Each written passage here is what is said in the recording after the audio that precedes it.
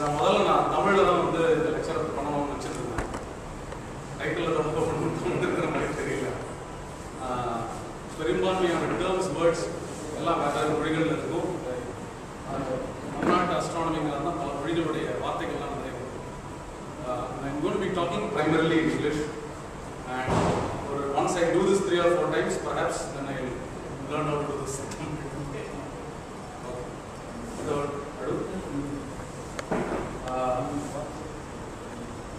That's the main reason. All my astronomical knowledge comes from books, articles, and websites in English only. Basically, I think of astronomy as a field that has influenced and has been influenced by a variety of fields. This is just a subset of those allied fields: religion, calendars, astrology. And notice that I have put mathematics to the side and number systems to the center, because I will be talking a little bit about number systems and instrumentation today. That's why I have done that. Astronomy is probably the oldest science.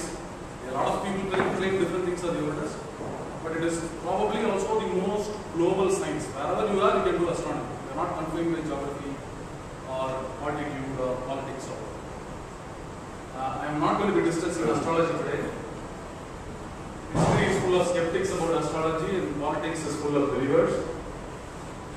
It's a separate topic, highly intertwined in most cultures, but not all cultures. There are some cultures where prediction is not necessarily based on astronomy.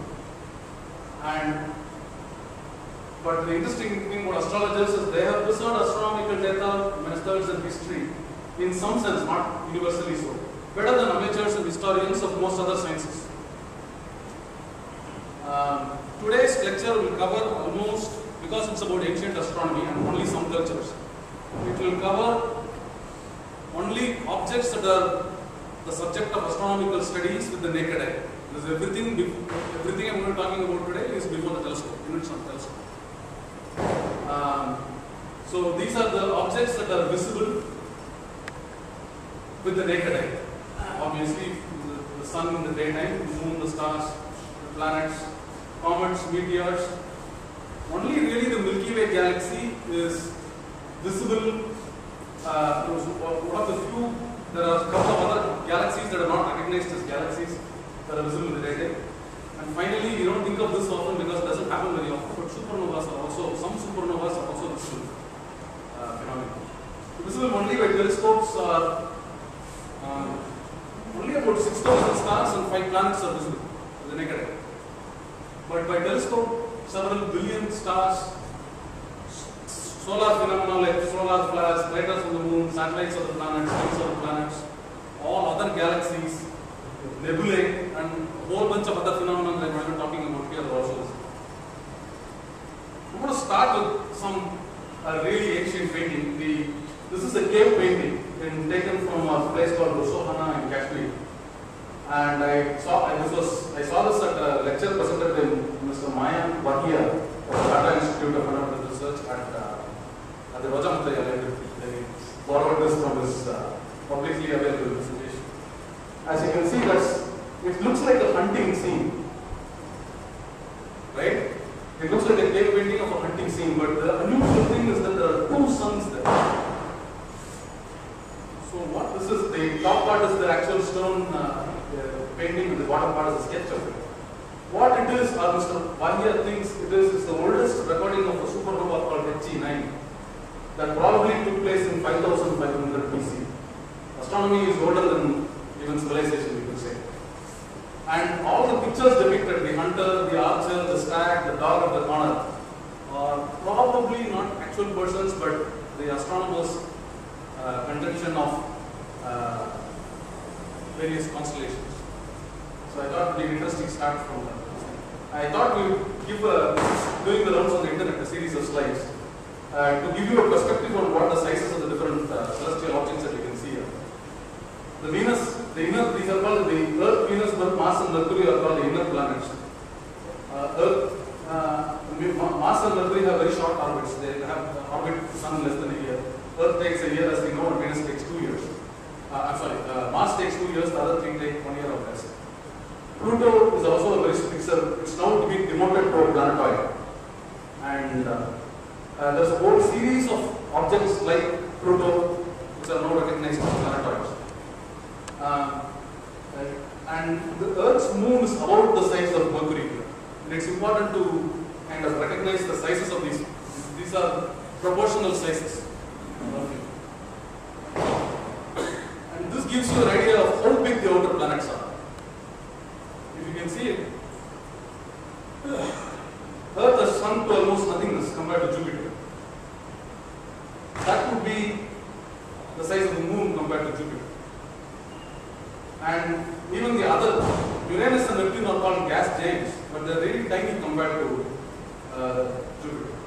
And to give you a perspective of how big the Sun is,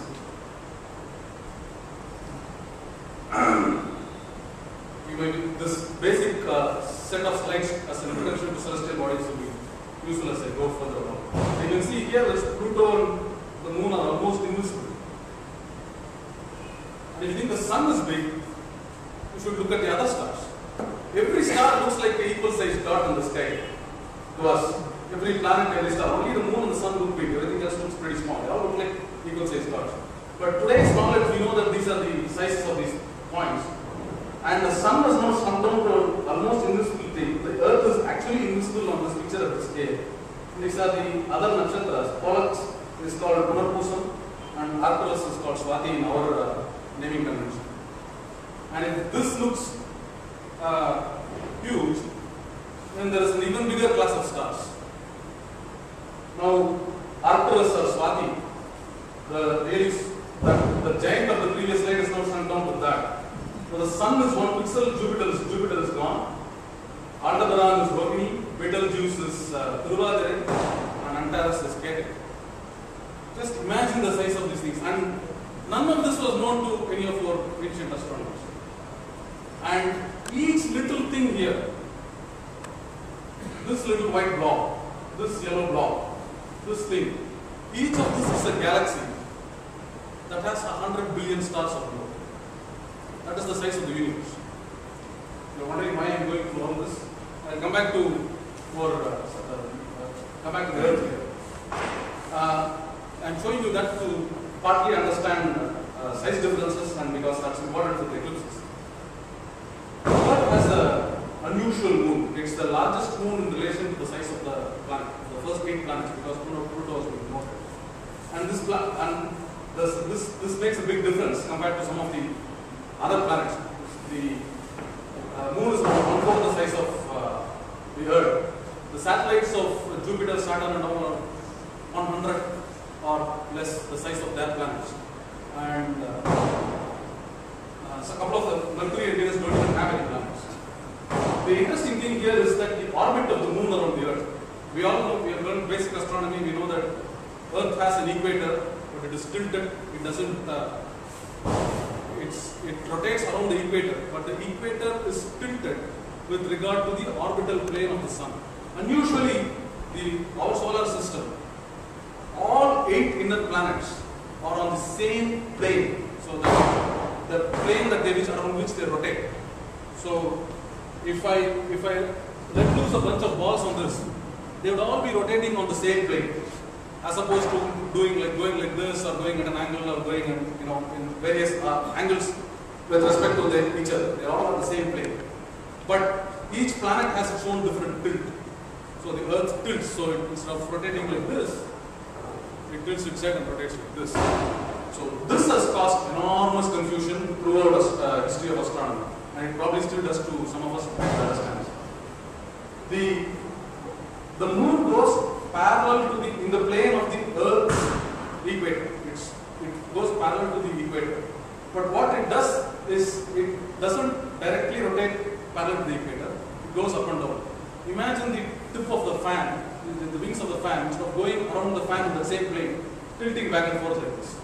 So, like this and like this. It's got a 5-degree tilt to its angle. So that's why you can, when it's in line with the Sun, so when it's in line with the Sun, an eclipse is possible because the Sun, the Moon, and the Earth are in one line, so a shadow is possible. But if it's off the orbital plane, you only have Paurami, Amavasya, and different phases of it. So that's really what A very interesting thing about the moon's rotation of the particular moon, the moon of the Earth, is that its rotation speed is the same as its revolution speed. So it takes 29.5 days to go around itself. The Earth takes 1 day to go around its rotate, but it takes 365 days to go around the Sun. The moon takes 29.5 to rotate, 29.5 days to go around the Sun. So from the Earth, we always see the same phase of the moon. The arithmetic of eclipses, the reason lunar and solar eclipses happen is because of this distances. Don't worry about the first 4 numbers. The Sun is 400 times the size of the moon, as you saw from the earlier pictures. It is huge. But the Sun is also roughly 400 times as far away from the Earth as the moon. And so, besides the slight tilt of the moon's orbit, the moon also comes sometimes closer, comes sometimes farther. When the moon exactly is at 400 times, or the multiple 400.46 times away from the Earth, that's when a lunar eclipse is possible. A solar eclipse is possible. It can completely correctly block the Sun. To compare what 400 times means, my thumbnail is about 2 centimeters. 400 times this would be 800 centimeters or 8 meters, which is the length of the breadth of a lorry or a bus. So, an eclipse is really my thumbnail trying to cover a bus with a shadow. That's the ratio of the distances. So, enough about and one more fact. Solar eclipses last about 8 minutes because the moon's shadow is only a small portion on the Earth. It lasts very long. The full total solar eclipse only lasts about 8 minutes. Lunar eclipse, on the other hand, the full moon is in the complete shadow of the Earth for about 107 minutes, and the total lunar eclipse from entry into the shadow to the exit can take about 4 hours. The shadow of the moon is about 250 kilometers. The shadow of the Earth is actually bigger than the moon, that's why it can cover it completely. The shadow of the moon moves on the surface of the Earth at 1,700 kilometers an hour. The moon moves through the shadow of the Earth. I demonstrate. So, if the Sun is emitting light, think of this as the moon and this as the Earth. I'll show it from here. The Sun is emitting light from here. This object's shadow must fall here. This object's shadow on this point, this is the Earth, will be only about the size of this black spot. It will be small. So, you have to be, it doesn't matter if you are on the well-lit side of the Sun. You have to be in this shadow to see it because the Sun is so bright. Whereas, for a lunar eclipse, if the Earth is blocking, this shadow has to cover the moon. Not at all a problem. Anybody on the night side can see the entire lunar eclipse. But the lunar eclipses are not always total. I mean, it can go to also part of the shadow, so you can see only a partial lunar eclipse. So, that's the point that I just made. Let's go to the actual ancient cultures. If people don't know what Sumeria, Babylonia is, a lot of terms are used consanguineously. Sumeria, Babylonia, Arcadia, Assyria, people of the Hittites, all these are what we consider Mesopotamia or modern Iraq.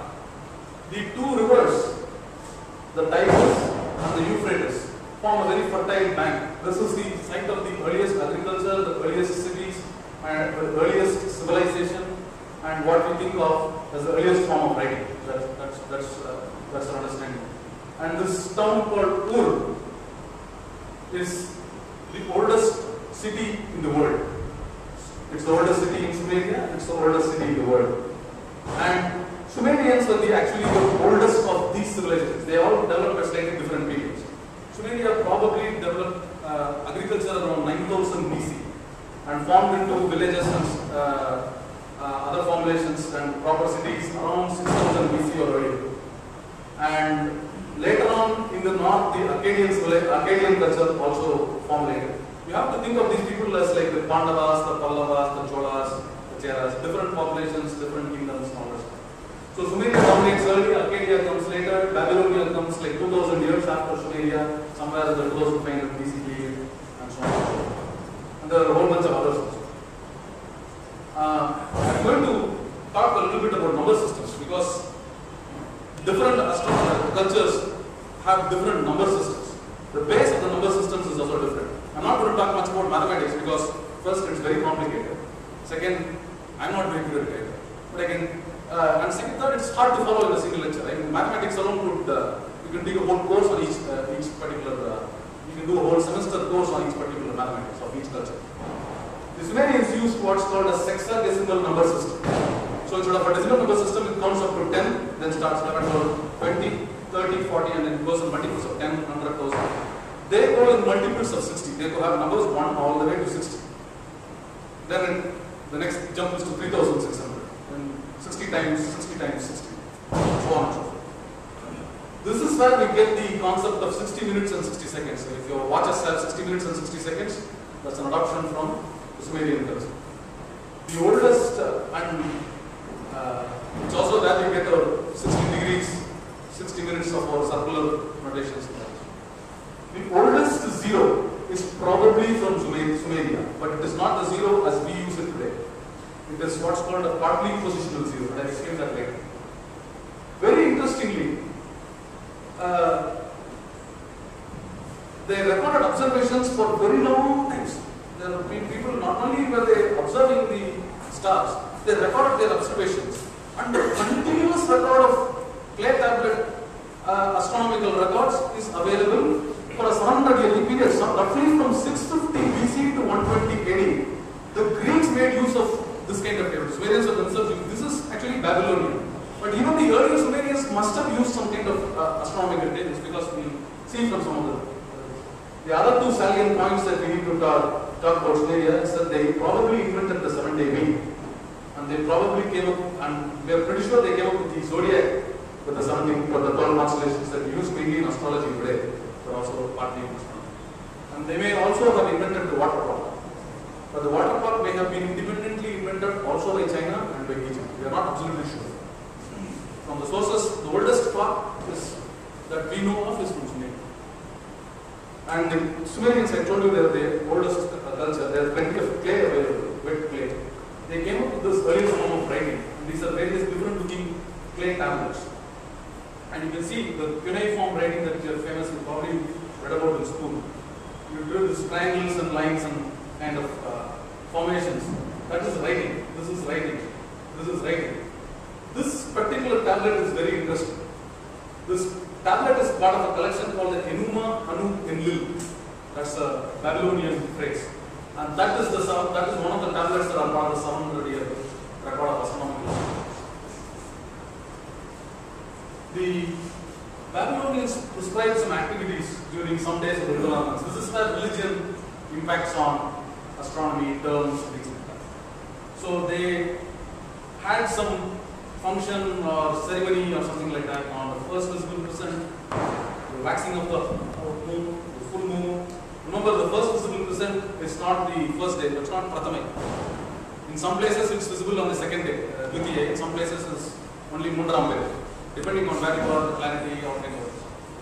So on the 19th, they had a truly religious thing where they dedicated it to an offended goddess. On the 21st day, it was a waning half moon, 28th day, visible, last visible crescent, and so on. So you can see from the 1st, 7th, 14th, 21st, 28th, the origins of the 7-day week. The Greeks, who later stumbled upon this, borrowed this 7-day week system, and they named it after their own gods, who also to them symbolized planets and stars. And from the Greeks, the Romans borrowed the same system, except they used the equivalent names. Luna, Selenus, Solus, Helios. They are the same names in the Roman pantheon, but the Greek gods did similar things. And the planets also. And then today's Sunday, Monday, Tuesday, Wednesday actually doesn't come from these sources, but from the Norse gods.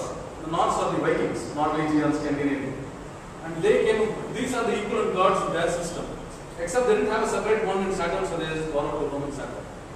So that's why we have these days like this. Odin's Day and Thor's Day. So our weekly calendar is actually based on the Norse gods. And the planets' names, or the planets, stars, moon, sun, whatever you want to call them, are very similar in all four systems because they literally come from the same group. And notice that none of this has anything to do with the crescent of the original actually is a blueprint of a much later water clock, the Renaissance time water clock. What a water clock is supposed to do is supposed to show time based on a simple, regular phenomenon. Water dripping into it, the clock will lift it up, the gear system will move the thing, and you have a basic clock. It's a simple system, but this picture I'm showing is of much later origin. That picture of this is really old. This is purely made of clay. All it's got is a little hole in the bottom where the water goes out, and it's got different markings inside the clay bucket, and that's an Egyptian water clock. I couldn't find, there are all kinds of, I'm stealing all these pictures from Google from various sites. I couldn't reliably say which was Egyptian, which was Sumerian. This was the only one I could find. The other interesting invention that the Sumerians did was the zodiac. I told you first about galaxies and hundreds and billions of stars.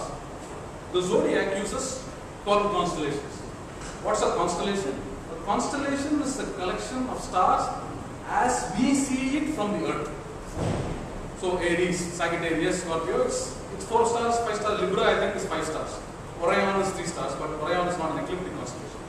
Sagittarius, Scorpio, I think, is like 11 stars, and so on. These stars look like a pattern that form in the sky. So a bunch of stars look like a scorpion, and other stars look like an archer, and so on and so forth. And the Sumerians obviously noticed that these constellations divide the 360-degree sky into 12 equal parts. And the sun seems to go through each of these reflectively on reflection, if you think about it. You can't see the sun and the constellation at the same time. But you can see a constellation rise just before the sun or set just after the sun. Once the sun sets, you can see the constellation. You said, the sun set behind the mountain, and here's this constellation right there. So the constellation must be behind the sun, except it's just a little further up. The next month, the sun will move into that constellation, so you won't see that constellation. You'll see the next constellation, and so on. And this is the 12 constellations they gave up, and they gave it names. We don't use these names. I'll come to that later.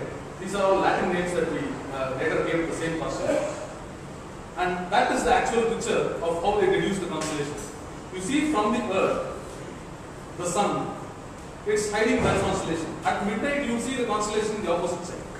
You will see all the constellations on the dark side. But just after the sun has set, you will see Taurus. And after that, Aries. And after that, Pisces. And so on and so forth. Then you will see, the 6 constellations come right after the sun is set. And this is how you come up with the apparent motion of the sun. Remember, the sun isn't really moving, the Earth is moving. We just think that the sun is in this constellation or that constellation. And this picture actually gives you a perspective of how they came up with their view of how the constellations should be. The green connected dots are all constellations, the yellow thing is obviously the sun, and this is the Earth. The distances are nothing relatable because that's billions and billions of light years away, or even further. And here is the original Sumerian names that they came up with. This is the Sumerian Babylonian names. Unga, Du, Anna, Mastapal, Galgal, and all this stuff. These are the original names. These are the original meanings of those names. And from these, the Greeks then came up with their translations of these names, which the Latins, the Roman Empire simply borrowed from the Greek and copied their names. These are English translations. People don't use these names. And you can see in Sanskrit, we at some point adopted the same zodiac, and we gave similar names. Only some names are exactly the same, some names are not the same. For example, Sagittarius is the archer, but in Sanskrit it is not the archer but the bow that is used. And Aquarius is the water bearer. It's actually a man carrying 2 pitchers of water. In this Indian version, it's literally just a pot, and so on. And as you can see, if you didn't notice the last time, they conveniently come up with the 30-degree mechanism right here. 30 degrees per constellation. This is a very important thing because the constellation gives you a solar calendar, whereas looking at the moon will give you a lunar calendar that will go out of whack with the sun every so often. These are Sumerian numerals. We have used what's called what I call a symbol repetition and counting. For 1 you use 1, 2 you use 2 marks and so on. And for 9 you use 9 marks. And for 10 you have a different symbol. And then the rest is probably fairly obvious, 10 plus 1, 10 plus 2 and so on and so forth. Unlike the Indian numeral system, which has one symbol each for 1 to 9, and then we use a 1 and a 0 after that. And I will be talking about several numeral systems because they are interesting. It's very interesting how different cultures have not only done astronomy differently, but they come up with numeral systems that are very different. The basic mathematics can't change. Yes. You said that they follow 60 days. Right. But you have showing 1 to 10. Yeah. They are at 10. They had a 10 break. They didn't want to count all the way to 60. They had probably names for 1 to 59. We say 1, 2, 3, 4, 5, 10, 11, 12, 13, then we do that, right? They probably had 60 different names from 1 to. So the symbols broke at that. The symbols they didn't represent it this way. I'll show you this. The interesting thing is they use the same symbol for 1 for 60 and 3600. And they use the same symbol, they use only one symbol for 10, that generally represents groups of 10. So this confusion would arise now. Is this 2? Is this 60 and 1? Is this 2 60s? Is this 3600 and 1? 3660? They knew. They very quickly used. For example, when you give it a cell phone number, you don't say my cell phone number is 9,442,000. You don't say that. You just rattle out 10 numbers. So they understood in their own way, they internalized the system of numbers. So again, this confusion is going to be there, right? Is it 120 or 7,200? Not just 2. So they came up with one variation, is to use a slightly smaller symbol for the same thing. So the tall one would be 60, the small one would be 1 or 3660. Then still it's context based. If you see it independently, you don't know whether it's 60 or 3600 and 1 or 3660. So they came up with multiple versions. They rarely go past these numbers. Astronomy is one of the rare fields which uses very, very large numbers. And usually don't keep very large numbers. Most of the mathematics is to do with business transactions, counting and stuff like that, and they don't go into very large numbers. At this point, how do you represent 3601? Do you know? Do you show it like this? At some point, some fellow came up, this is 3601 or 3660. At some point, they came up with a diagonal mark and they said, let that represent an absent system. So the 60 that should be there, if it were 3661, is replaced by a diagonal slant that says, no, there's nothing here. So that's a positional 0. Remember, it's still not used at the end. This is how they came up with the positional 0. Isn't it interesting?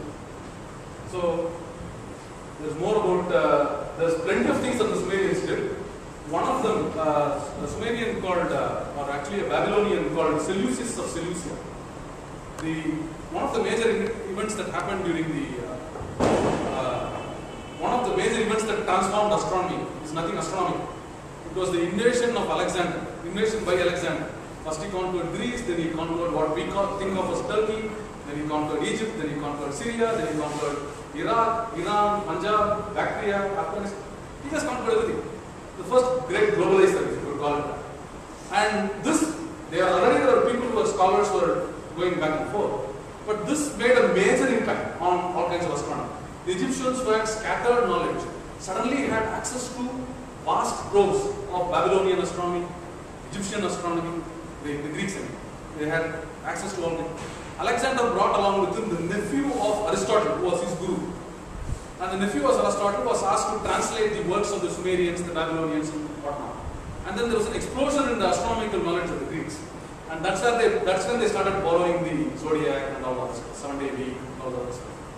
So that's kind of very interesting. I'll come to Greece later. The other ancient culture that we think of is Egypt. One of the things they had to do was, as long-winded as this lecture is going to be, it's really a short version. I can probably do this for 5 hours. But I'm going to have to do it in 1 hour and 15 minutes. So I have to cut a lot of information. One of the things, the really important feature of Egypt is the annual flooding of the Nile that we have probably heard of. The Nile flooded almost like it was set on a clock. Summer, they would see the star Sirius come up, and then the Nile would flood. So the star Sirius, which is they call the Solith, I think, played a major role for them. And they based their calendar on the rising of the star. They were probably the first to invent a true 365-day calendar in 3000 BC. They used something else, a different kind of system, unlike the solar zodiac that these guys used. They looked at not what constellation the sun seemed to reside in, but a bunch of stars that they call the decans. The decans is actually a Latin name that represents 10. They came up with a system of 36 stars that rise just before the sun. So you see the sun dawn coming up, the sun coming up. There is a star coming up just before the. So they named that particular period, and they divided the sky into 36 parts. Instead of the 12 parts of the Sumerians, they divided it into 36 parts. And they grouped these 36 stars into 3 sets of stars each. And so we have really a 12-part division again. And that is where we think that 12-hour night, the 12-hour day, and then the 24-hour day comes from. They gave us the. So you can see how astronomers from far away Egypt with a different influence, and the Sumerians have influenced our clocks, the modern watches that we have. There is also very interestingly a phenomenon that there are pyramids in northern Egypt, it's called Upper Egypt, and a lot of temples in southern Egypt, called Lower Egypt. The pyramids are aligned in what is called an equinoctial position. Summer equinox, the spring equinox and the autumn equinox. The spring equinox is when the sun on its northward movement is right over the equator. The autumn equinox is when it comes back over the equator on its southern tip. Summer solstice is when the sun hits the Tropic of Cancer, and the winter solstice is when it hits the Tropic of Capricorn. Now they have aligned it equinoctially. The pyramids are aligned equinoctially. So on the day of the equinox, it will hit a particular angle, and the pyramids are aligned there. And the southern temples are not based on the equinoxes, but on the solstices. So from the solstice, from the temples, you can look at one marker, and that will be the farthermost point that the sun goes north. And you can look at the other marker, it will be the southernmost point that the sun goes to the window. It's very interesting. They built their architecture on those pyramids and the temples. The Egyptians also have the oldest recorded use of fractions. They have a very peculiar fraction system. Everything is 1 by something. There is no 2 by something or 3 by something or 4 by something. Everything is 1 by something. And any fraction would be added versions of this. So 3/4 would be half plus 1. And so I'm not showing a lot of this stuff for constraint of time. Interestingly, they didn't seem to have. This is one of the cultures that were. They had a lot of celestial gods, and they based a lot of things on the astronomical features. But they were not frightened of astronomical events in the way that some of the other cultures were. For example, in our culture, comets are a bad sign. In Maya culture, you will see Venus was a very bad sign. In different cultures, different things have bad signs. Eclipses are a bad sign. They don't seem to. They understood this. They recorded some of this information, but they don't seem to have been frightened by these celestial phenomena. The Nile and the Pharaoh was probably a bigger threat for them than the astronomical phenomena. Spreading of the Nile is probably better. Some hallmarks in Egyptian astronomy. The oldest pharaonic astronomy book, and this is a very simple book, I think, from what I understand. But there's a Pharaoh commissioned a book, a collection of charts, astronomical observations, and so on. 1500 BC, they may have invented the sundial and perhaps independently the water clock.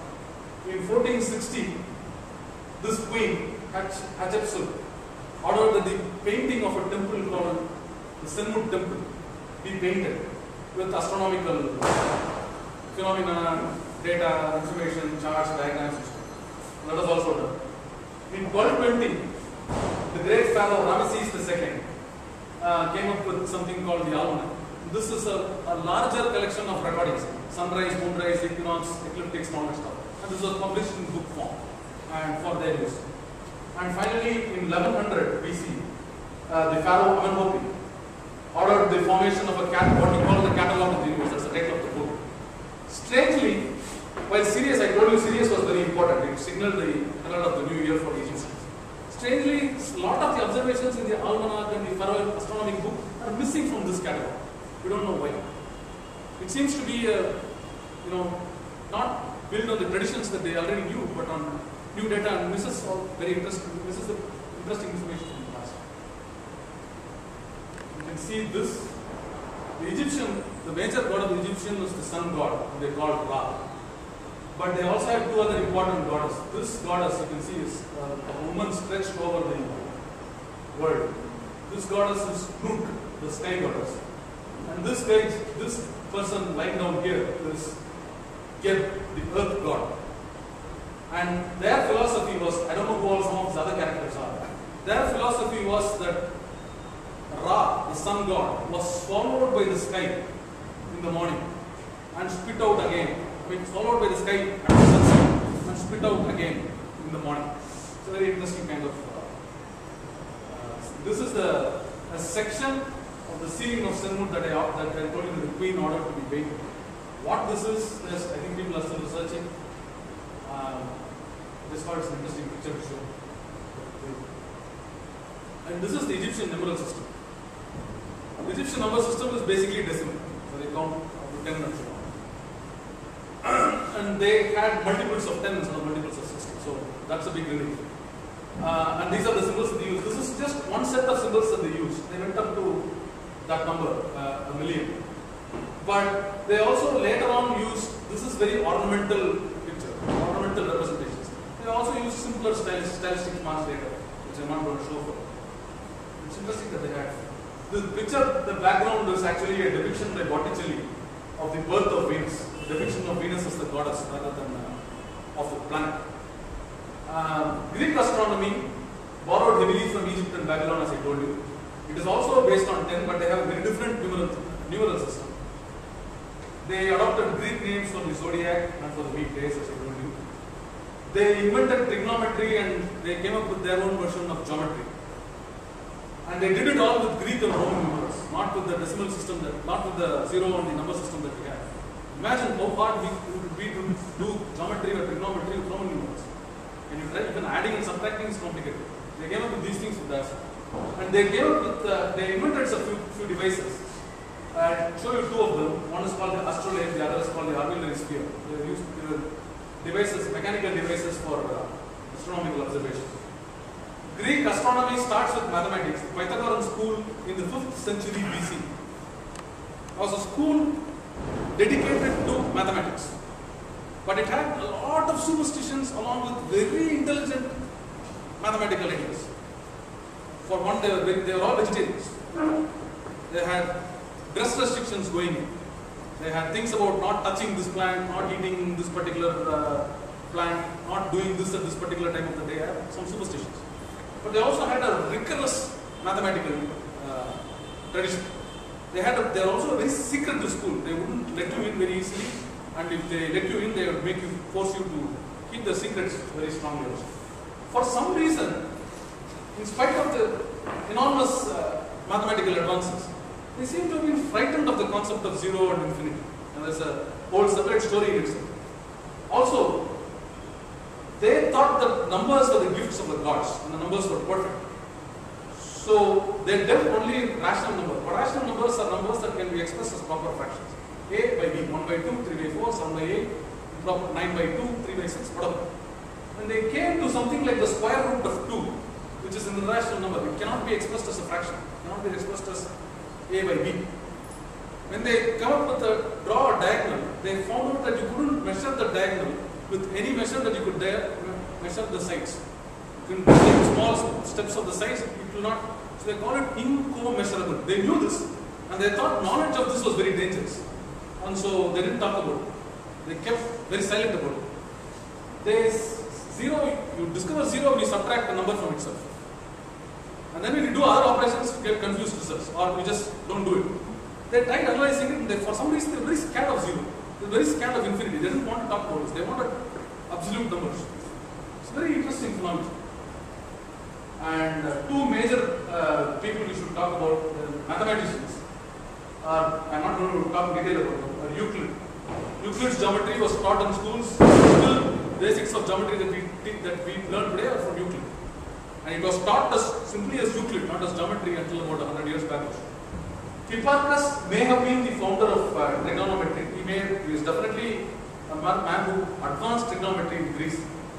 Almost all of Hipparchus' books are lost, but they are referred to by other people. So we know some things about Hipparchus. The astronomers as opposed to the mathematicians, and here you see Hipparchus again. For the oldest astronomer in Greece seems to be a guy called Thales of Miletus. Miletus is one of the city-states that's found that would today be located in Turkey somewhere. And he is the man who is credited as predicting the first solar eclipse, recorded prediction of the solar eclipse. And he predicted the solar eclipse. At the same time, after he predicted the solar eclipse, during the time, there was a war between the Lydians and the Medes, the word in the singular. The Lydians and the people called the Medians or the Medes. They were fighting the war. And in the middle of the war, a solar eclipse started. And suddenly during the war, there was an 8-minute solar eclipse. They all got very frightened. Thoroughly frightened. Dropped all their arms. Instead of being scared of each other, they started being scared of the heavens. So the war effectively ended. And they still fought after the eclipse. They resumed the war a few weeks later or whatever after the eclipse ended. But it led to a peace treaty and so on later. But Thales, having predicted this eclipse, became pretty famous. But he used his expertise mainly as a businessman, not as an astronomer. So, for example, he predicted that one particular year there will be a surplus of a harvest of olives. So he bought out all the olive pressing machines, enterprisingly. And then when the pressing season came, he rented it out to all the people who wanted to press them at high rates. He made a ton of money. And then said, look, I can predict things. I'm not interested in the money. I just want you to know how great I am. And he is one of the 3 great philosophers of Miletus. This is one of the, we hear only about Athens and Sparta. Miletus is also one of the interesting. There are a bunch of other astronomers in Greece. The most notable probably is Aristotle. Probably, if nothing else except that he came up with like 380 books. He examined everything. Anything he saw was a material for an inquiry, a book, a theory, hypothesis. Even if it is completely false or not based on something, he would write a book about it. He was actually a brilliant scientist because when he was right for most things. And he dominated Western thinking for a long time. He dominated the thinking of the Greeks, he dominated the thinking of the Romans until the arrival of Christianity and the fall of Constantinople, when he was forgotten. And then in the Renaissance, his memory was revived. Again, Aristotle gained his significant position. He came up with the theory of concentric spheres. You could see that all these planets, the suns and the stars are all moving at different speeds. One goes around quickly, one goes around much longer, the sun and stars take a very long period. So he believed that the sky consists of several concentric spheres. And so the sun is on one sphere, the others are on other spheres, and so on. And we'll go to this. You can see this. This is the old map of the universe. This large thing is Earth. The next one is Luna, the moon. Mercury, Venus, then the sun. Mars, Jove is Jupiter, Saturn. Then all the minor stars and then the major constellations. And then far out and beyond all that is the Empyrean Habitaculum Dei, the empire and the habitat of the gods. This is their perception of the universe. Let me go on now to, he was wrong, but Aristotle was wrong about his perception of the universe, or concentric spheres. But he came up with what for his time was very scientific reasoning for why he came up with this concentric spheres. The next person is Eratosthenes, who recorded the summer solstice. And it's very interesting how he recorded it. There is a well in Egypt situated exactly on the Tropic of Cancer. So the sun would come exactly up to the well and never cross the well. Interesting. And on the day of the summer solstice, you could see the reflection of the sun, and the water at the bottom would shine brightly as the sun. And there was this well, and he realized that is because the shadow of the sun of the well never went past that point. It's always it always came to that side. It's very interesting. He noticed that particular point and recorded it. Eratosthenes, Hipparchus also credits Eratosthenes as having invented the armillary sphere, in which case his importance is greater than that of simply observing summer solstice. Eratosthenes may have been born in what is today India. but he lived in effectively, we think of him as a... And he also calculated the diameter of the earth. Ready? Several people have calculated several things. He used that solstice phenomena. Oh, that's good. I didn't know that. Then we come to Hipparchus. I told you in the earlier slide that he was probably the inventor of trigonometry, or a person who made a quantitative leap in the science of trigonometry. He may have invented the other important device called the astrolabe, which I'll show later. He may also have discovered the precession of the equinoxes, though it's not clear he's the only one who discovered. But he's probably the oldest person, or the earliest recorded Greek having discovered the precession of the equinoxes. No matter what the precession of the equinoxes, we have our New Year start on April 14th. Tamil New Year starts on April 14th. If you're wondering what that is, that was the day of the spring equinox, when this Tamil calendar was originally formulated. The Sanskrit calendar was formulated. So that's the day when the sun was over the equator. Over time, because the earth rotates, goes around the sun in 365 days, 5 hours, 48 minutes and 46 seconds. Not exactly 365 days. The day of the equinox keeps moving back a little bit further and further until today we have it on the 22nd of March. Over hundreds of years it has moved back. So that this moving of the equinox, that is something that he noticed even at that point, the 2nd century BC. And he recorded that the equinoxes are moving. The other interesting person is Aristarchus of Samos. He came up with a heliocentric theory in the 2nd century BC. That all the bodies, planets, etc. move around the sun. The sun is the center of the universe, this universe, and then the planets move around it, and so on. But nobody took him seriously. The Greeks just rejected it. They said this guy is babbling, this guy is nonsensical. They respected him as an astronomer. And you will see this phenomenon regularly. Somebody come up with a brilliant and original insight, and he will be rejected for a very long time. The other reason for rejecting him is he was not telescope. You have to understand mathematics to understand what he is talking about. And very advanced mathematics by his standards. Very few people could, and even the ones who could refused to believe it. That was the status. Along with Aristarchus of Samos, there is a man called Seleucus of Seleucia. He is a Babylonian, who we mentioned earlier. He also had come up with the heliocentric theory. There was one other Egyptian astronomer, who I forgot, who came up with a quasi-heliocentric theory. He said Mars and Venus, Mercury and Venus go around the sun. Because you can see Mercury and Venus only before the sunrise or after the sunset. So he guessed that these two planets go around the sun, but he didn't guess that the other planets go around the sun. And finally we have the granddaddy of them all, Claudius Ptolemaeus. Ptolemy was the name of the first Egyptian general who went under Alexander, invaded Egypt, and he declared himself the pharaoh. He was the first Greek pharaoh of Egypt. Every pharaoh after him called himself Ptolemy, 1, 2, 3, 4 and so on. But this Ptolemy has nothing to do with those people. He was not a pharaoh. He was really an astronomer. His name was Claudius Ptolemaeus. It's a fairly, Ptolemy must be the Subramaniam of Egypt, I guess. It's a very common name. He was probably an Egyptian but with a Greek name. And he came up with a book that he originally called Her Megale Syntaxis, also called Her Mathematicae Syntaxis, the great synthesis or the mathematical synthesis, which was then lost by the Greeks with the fall of Constantinople, with the fall of Greeks, the fall of Rome and all this stuff. And then it was translated and used by the Arabs, the Persians, for a long time, who they themselves called it the Al-Kitabu il-Mijisti, which when the Europeans translated it back, called it the Almagest.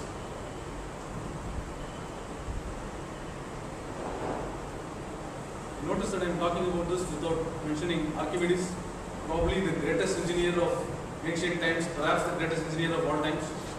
For some reason, Archimedes, he knew about the heavens, probably he knew a lot of mathematics, he knew a lot of stuff, he did calculations on how many stars there would be, how many grains of sand, but he didn't do anything in the field of astronomy, or if he did, nothing survives today. So, a very interesting situation. This is Ptolemaeus. This is, I think, a 14th century painting of Claudius Ptolemaeus. I don't know why he has a cross in his hand.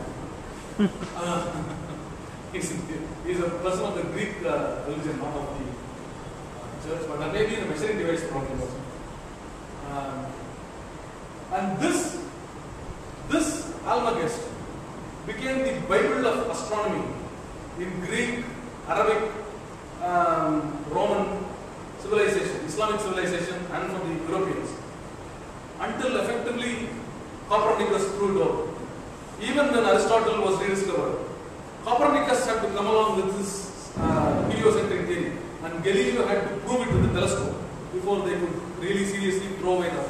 So this happens in the 2nd century AD and stays as the dominant book for 1300 years. It's a very huge book. It's a very huge collection of data, but it's actually a regression because he came up with he threw away a lot of the smart ideas that came before him, like elliptical orbits, heliocentric theory, all that was thrown away.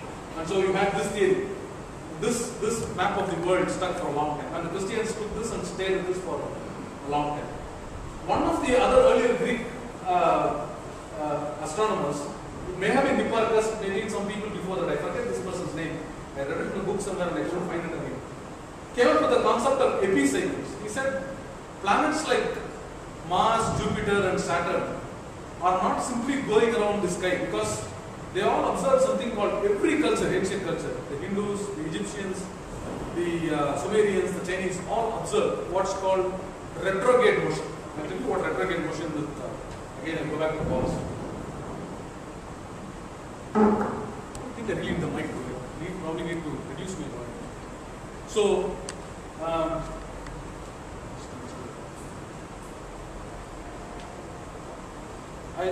we know that the Earth revolves around the Sun in 1 year.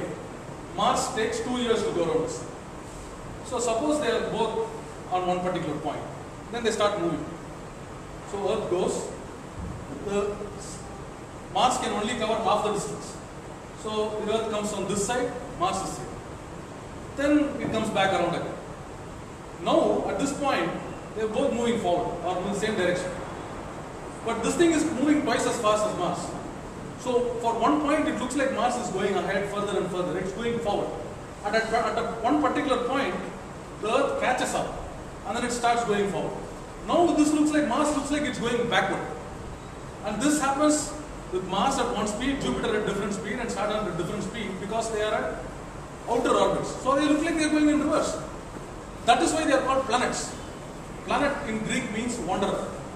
Instead of going regularly with everybody else, these things are wandering all over the place. So they call them wanderers. That's what the word means. And this unusual behavior of these three planets confused the crap out of a lot of people. And they call it retrograde motion. And not many people came up with the correct explanation for it. Is there a difference between the mic and the... Yes. We want the mic.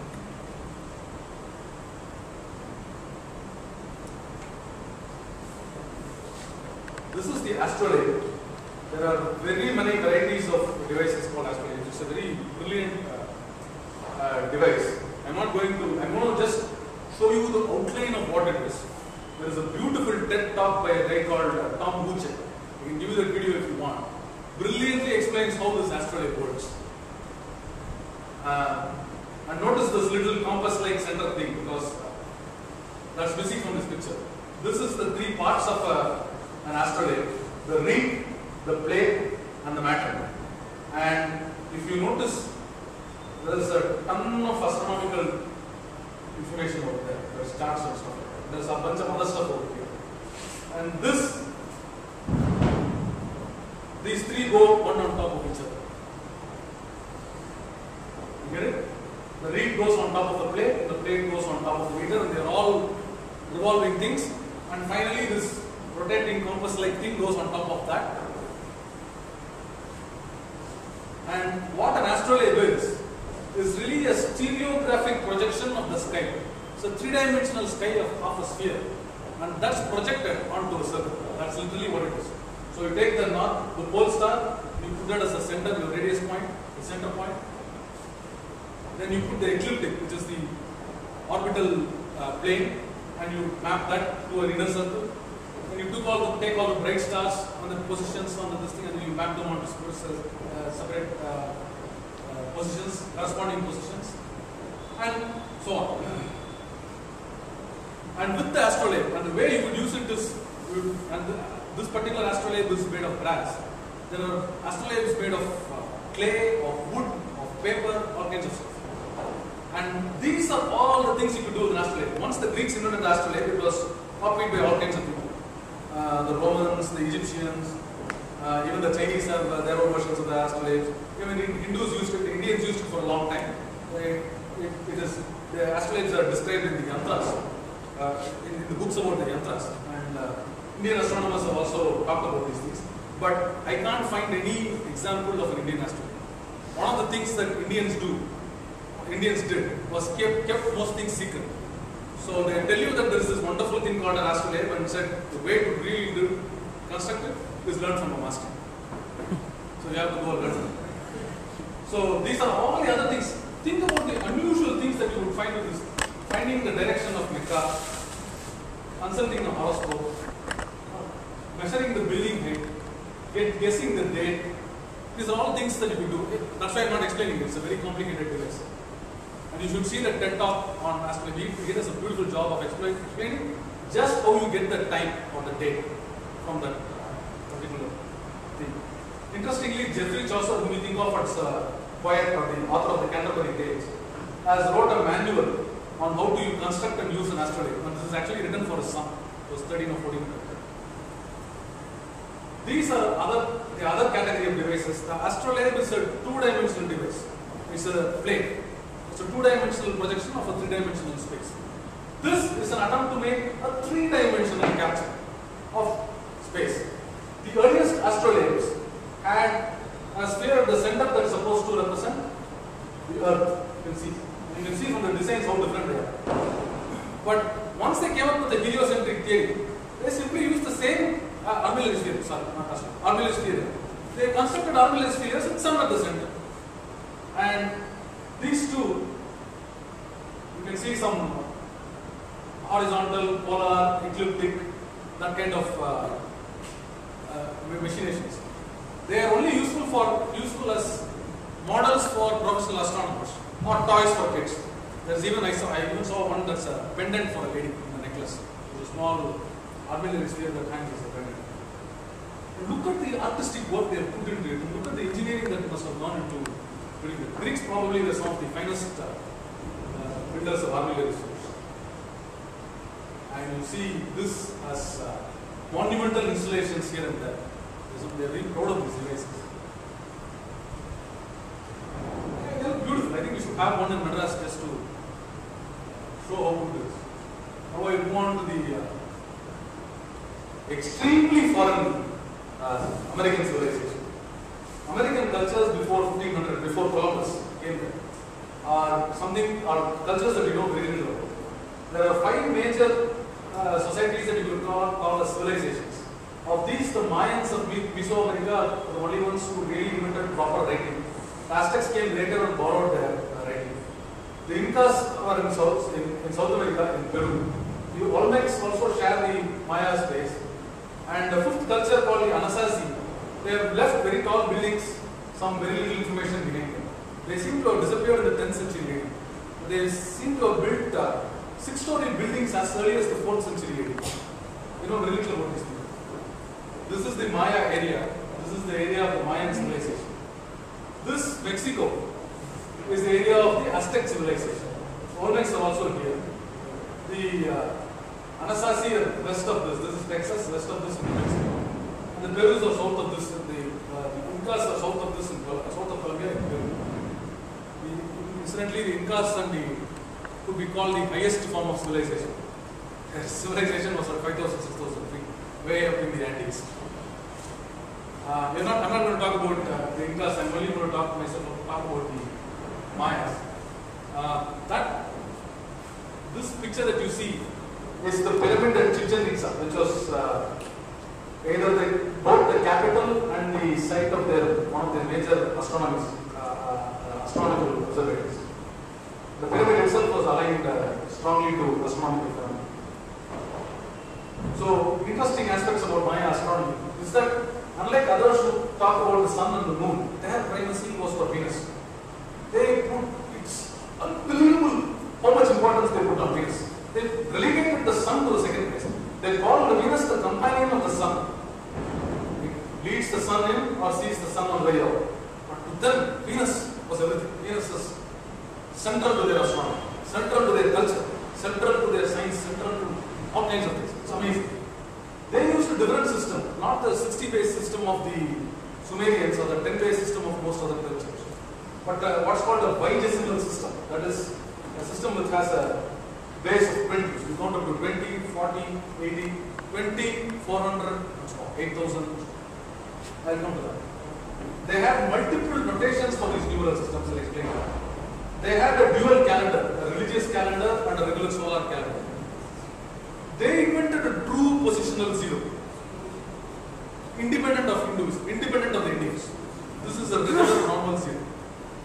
They had something called a long count, which also plays a very important role in their culture. I talked about this. They were perfectly fine with infinity, none of the Greek hang-ups. They talked about infinity in great comfort. But strangely, they seem to have very little geometry or trigonometry, or at least nothing that we know about. Their entire astronomical things are done with arithmetic. Just mind-blowing to me. What they seem to have done everything with arithmetic. It is just completely mind-blowing. This observatory, this place is called El Caracol today. I don't know what the original name was. This is an actual observatory built by the Maya civilization that has survived. This is actually an observatory. The buildings are aligned for summer and winter solstices, which play an important role for them. The observatory, Venus, I told you, was very important. I'll tell you what this synodic period is. Paurnami to Paurnami is the synodic period of the moon, or Amavasya to Amavasya. It looks the same. It looks like it's the same position because it's the full moon. Venus goes a little faster than the Earth. Remember, it's in inner orbit. So it takes like 289 days, I think, it's the orbit of Venus. It goes inside. 365 is the orbit of the difference is very small. Unlike Mars, which takes twice as long, the difference is small. So what happens is, every so often, every 584 days, Venus and Earth align. This is called a synodic period. This synodic period is for Venus. And the synodic, they have data on Venus that is absolutely amazing. Their following up of Venus is absolutely amazing. They have recognized that the Venus is both the morning star and the evening star. When it comes just before the sun, or it comes just after the sunset, because we can see Venus only when it's to the side of the sun. If it's in front of the sun, we can't see it. If it's behind the sun, we can't see it. But when it's in the side of the sun, we can see it. And we can see it just before sunset, just after sunset, or just before sunrise, because the orbit of the Earth is bigger than the orbit of Venus, so you can see it only in the smaller area. And every 52 years, Venus would come in a particular formation, which is astronomically referred to as the heliacal rising of Venus. Every 52 years would rise. And this is considered, even though Venus is very important to them, this is considered a terrible omen. And an actual incitement to war. They almost thought of it as a duty to go to war when Venus comes along in this 52 years cycle. Why, I don't know. Or at least this is the... Also remember, I'm only regurgitating what I learned by reading websites in English. So their interpretations are wrong, and I'm also wrong. The multi-calendar system, I told you it's a base 20 system, right? Bidecimal system. So their months are 20 days long. The solar calendar is 365 days, but since they wanted multiples of 20, they came up with 18 months of 20 days, plus 5 days of feasting. This is also an Egyptian system, by the way. Egyptians also had 5 days of feasting every year. So they don't know how to fit it in the arithmetic, so they just do 5 days of... The religious calendar of the Mayas is called the Sol King calendar in the Maya language. And it's got 13 months of 20 days, which tallies to 260 days. The later Aztecs who came after them adopted this calendar, except they called it the Tonala Matlan calendar in their language, which is Nahuatl. But Mayans also understood that the solar calendar is really 365 days plus a little change. So they called that the Hab calendar, which is the vague calendar. It didn't fit in with their calculations, so it's vague. Now 360 by 52 and 260 by 72, this is the common denominator, the common multiplicator, I guess you could say. 18,720 days is a cycle. And that cycle, 52, remember, is 1/5 of 260. So if you take it as 365, that would be 73 times 260. Okay. So this cycle the 52 solar years would coincide with the 72 surrounding years. On that day, the first day of the first month of the religious calendar will coincide with the first day of the first month of the solar calendar. The two calendars will coincide. Okay? And this, one of the other things that they do is also offer human sacrifices, sometimes of their victims, sometimes of their enemies, but not always. The reason I put that up is because whenever we see something about Maya civilization, Inca civilization, all we hear is they committed human sacrifices. They built pyramids, they commit human sacrifices. But what else did they do? They came up with some brilliant mathematics. Why do we very derogatory to just think about human sacrifices? It's like not like we did it in mass numbers, they did it by so in retail actually. So the Maya multi-calendar system, they have what I told you about something called a long count. A long count is a count of days that begins on August 13, 3112 BC. Problem with this is that Maya civilization seems to have only begun around the 5th century BC. So, how did they go to the 30th century BC for this day? I don't know. The Maya calendar I told you includes a 52-year cycle. And think about this dating system here. This is days, this is months. Remember they have 18 months. This is the 52-year cycle. This is the even larger cycle. And this is the even larger 5,200-year cycle. So you have a day, a month, a year, a kilo year, and a mega year, if you want to call it that. That's their system. And if you are wondering what this 2012 Aztec Maya thing that they are talking about is, that's what happens. In December 2012, I don't know which day it is, the calendar goes, this long count calendar goes from 12, 19, 19, remember after 19 it's 20 or 0. It's 0 to 19, not 1 to 20. Very interesting. Maya counts from 0, all others count from, what's the first day of the month? It's 1. In the Maya calendar, the first day of the month is 0. And the last day is 19. 20 is back. They count from 0 to 19. Very interesting. And 0 to everything. It goes from this 12, 19, 19, something, 19 to 13, 0, 0, 0, 0. And that starts the 5200-year cycle. I don't know where this cataclysm, end of the universe phenomenon comes. Because the Mayas probably also had in one document, it talks about a 26,000-year cycle. Obviously, if they have a 26,000-year cycle, they are still thinking about far in the future. This 26,000-year phenomenon is very interesting. They think that 26,000 years is what it takes for the sun to go on a big orbit and come back to what's called the Pleiades constellation. I think that's the Saptarishi. The sun starts like, it looks like it's in alignment with the Saptarishi constellation at one particular point, and it comes back after 26,000 years and goes to that particular point. The Saptarishi is not a true zodiacal constellation, so I'm not sure what the fuck that is. This is an Aztec calendar stone. This is, remember the Aztecs are in Mexico. Their headquarters is not Chichen Itza but at Tenochtitlan. And these guys came, they probably ransacked and destroyed the Maya civilization. But the Maya was not a central civilization, so they didn't do as much damage as the Spanish did to the Aztecs themselves. And you see these little blocks here? These are the 20 days of the month.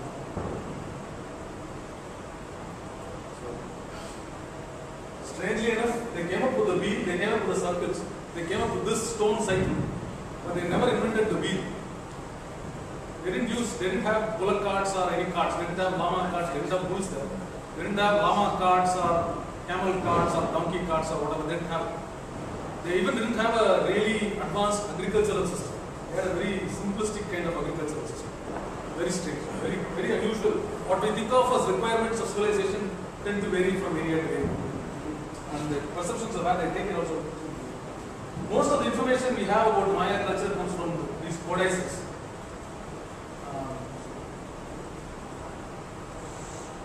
These 4 codices are the noted codices that are in availability today. There may be others that are not yet that we may not know of. The Grolier, the Dresden, the Madrid, and the Paris Codex. And most of the information outside of looking at the pyramids or the carvings, the sculptures, paintings, pottery, and all that stuff comes from these four texts. And the reason we only have 4 codexes, they came up with, I think they came up with documents, was that when the Spanish invaded these civilizations, a large collection of documents was brought together and burnt by one of the Christian priests, saying he is saving them from all their pagan beliefs and their superstitions and idolatry and all this. He was really saving their souls so that their souls don't go to hell. So he was doing it out of good intention. So most of the and whatever I'm telling you, all this amazing stuff is coming from just these things, this subset. I'll just go through some of the simple stuff. The Venus was called Chat Ek by Maya, but that's a generic name. They called it by different names as in the morning and in the evening. The sun was called Kigichen, moon was called Ixchel, and so on. They have names for all of these things. But notice that the constellations are given different styles of names. Libra is not scales for them, it's a shark. Taurus is not a bull for them, it's an owl. And Gemini is not twins, it's a turtle. And very interesting things. They have a crocodile. The crocodile is called jaguar toad. They use the words for jaguar and the toad. It's like a toad which has the mouth of a jaguar. Very interesting. Completely different from how we think about it. And this is the Maya numeral system. They use, this is also symbol counting basically. 1 dot, 2 dot, 3 dot, 4 dot, up to 5. For 5 you have dashes. Then 6, 7, 8, 9 you put more dots. Then 10 you put dashes. Multiples of 5 you put horizontal dashes. Then every one count after that you put dots. And then this is the magic symbol. This little thing down here, that's a 0. That's the Maya 0. It looks like a conch shell, or like a small symbol with a, I'll show you a better picture of this. And they are also using a vertical numbering system. So this is 20 and that is 1. 21. That 1 dot up there means it's 20. The 3 dots up there is down there is 3. 25. 2 symbols for 20 and that's a 0. And this is how we distinguish between 2 and 40. If it's just 2 dots, it's 20. If it's 2 dots with one of these below, it's 40. And if you put one more below, 800. Oh. Huh? 800. It's multiples of 20. You should use our calculations. I'll come to that. And 100. That looks completely bizarre, doesn't it? But that's really a symbol for 5. But because it's there, it's 5 times 20. 100 plus 0. It's very hard to get used to this thing. But this is a system that we could use. It's a true zero system. It's a true place value system. The only way it differs from the Indian numbering system, which, by the way, the Indian numbering system the world uses because it's the best available system. The only reason we use this versus that, we might have used this for a long time if they had been discovered or they had conquered. The other great advantage of the Indian number system is that it has separate symbols from 1 to 9. And so it's a much more significant place value system rather than the symbol repetition system. And they had numbers going all the way up to this. Those are names for those numbers. 1, 20, 400, 8,000, 160,000, 3 million, 64 million, and so on. They have these names. So it's not just they go up to 800 and they stop. It's a pretty, this kind of thing tells us how advanced their culture is. And look at the names they come up with for infinity and countless. Very beautiful poetic names, I think that is there. Countless. The hair that a deer has. What do you count? Maxcobin, Maxochbin, Unhalgla. Very interesting. And they even have a special name for the long number. That's for the long count that they use that. They are very large. I tried to come up with this particular clarification for how you could count if you want to learn counting in the Maya system. Should I drill on this or should I just move on? Probably an hour gone and still half an hour last stuff. Very briefly I tell you. If they come up with, we use, after 10 we say 10, 11, 12, 13, and Dasa, Dwadasa, Ekadasa, Trayodasa. The Dasa comes, it repeats over and over again. Except for the Maya, they would have separate names for numbers up to 19. And then 20 would be Kal. And then 30 would not be 30, but it would be Kal 10. and then Kal 11. So think of it as like 2010, 2011, 2012, 2013. We don't think of it that way. And 40 would be 2 Kal, 2 Kal or Irkal, and 60 would be Mukkal, and 80 would be 4 Kal, and so that would be the number system. And you can see this number system is being used in astronomical observations, and we have one codex with astronomical data observations in Mars. Very interestingly, they also had an alternative representation for these numerals instead of these dots and dashes and this stuff. They also had figures for represent these numbers. These are called glyphs. And again, remember, they go from 0 to 19, not 1 to 20. And the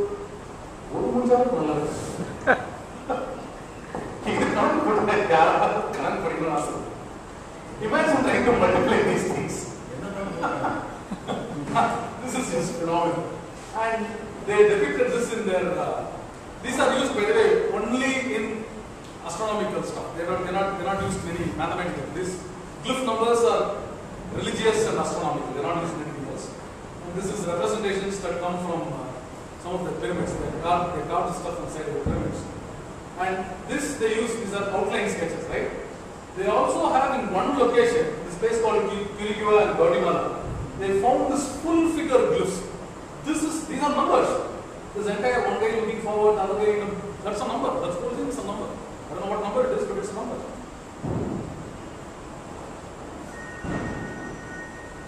Each one is a number. Each one is a number.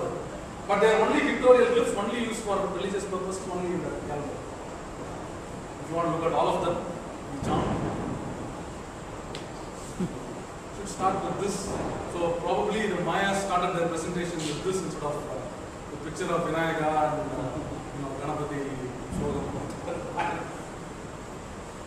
I gave a small attempt at representing numbers in different systems. And I did 555 to show the use of place value and 303 there to show the use of the 0.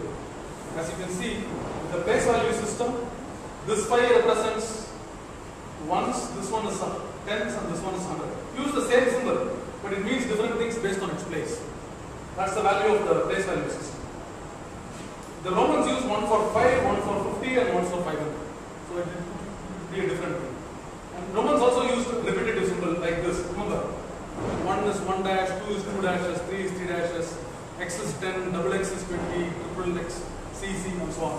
And you can see that here. 803 is 500 plus 300 plus 3.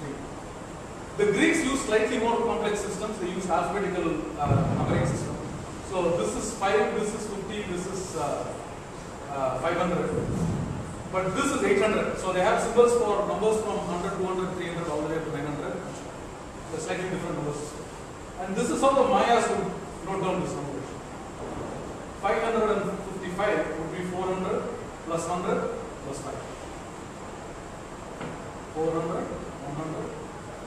And 803 would be 800 plus 0 plus 3. The 0 would come with it.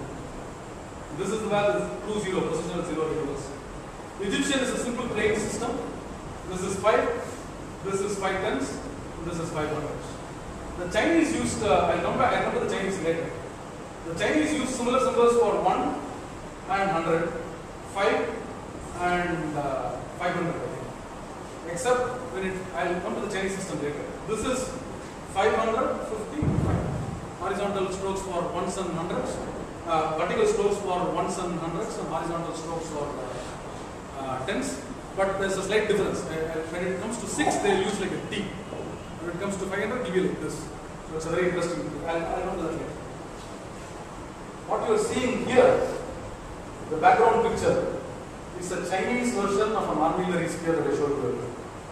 Notice the two dragons holding the armillary sphere. The background picture is that.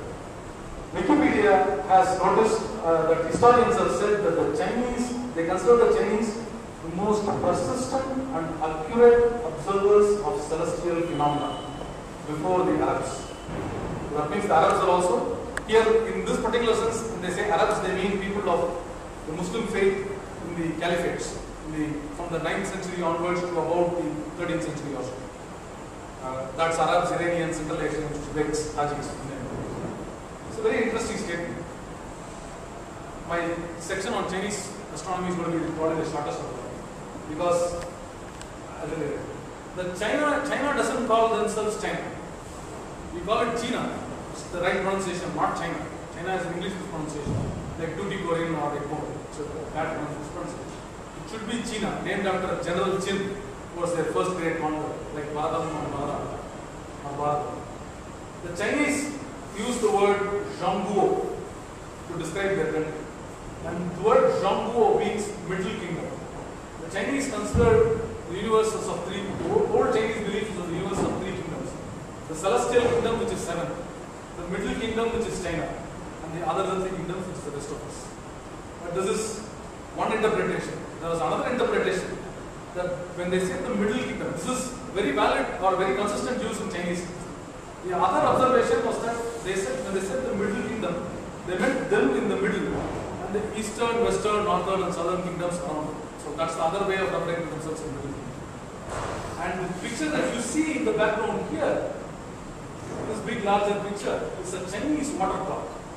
That's probably the 12th century. These 3 cans here are a series of things that take water into each other. Chinese astronomy is probably another 2-hour lecture. And the Chinese science is God knows how. Very interesting stuff. I'll just highlight the major points of Chinese astronomy. The first recorded solar eclipse, not predicted solar eclipse, recorded, observed and recorded solar eclipse from Chinese sources, from a book called the Great Chinese History Book, or the Great Book of Chinese History. And it was in the 2nd millennium BC. That's what they say.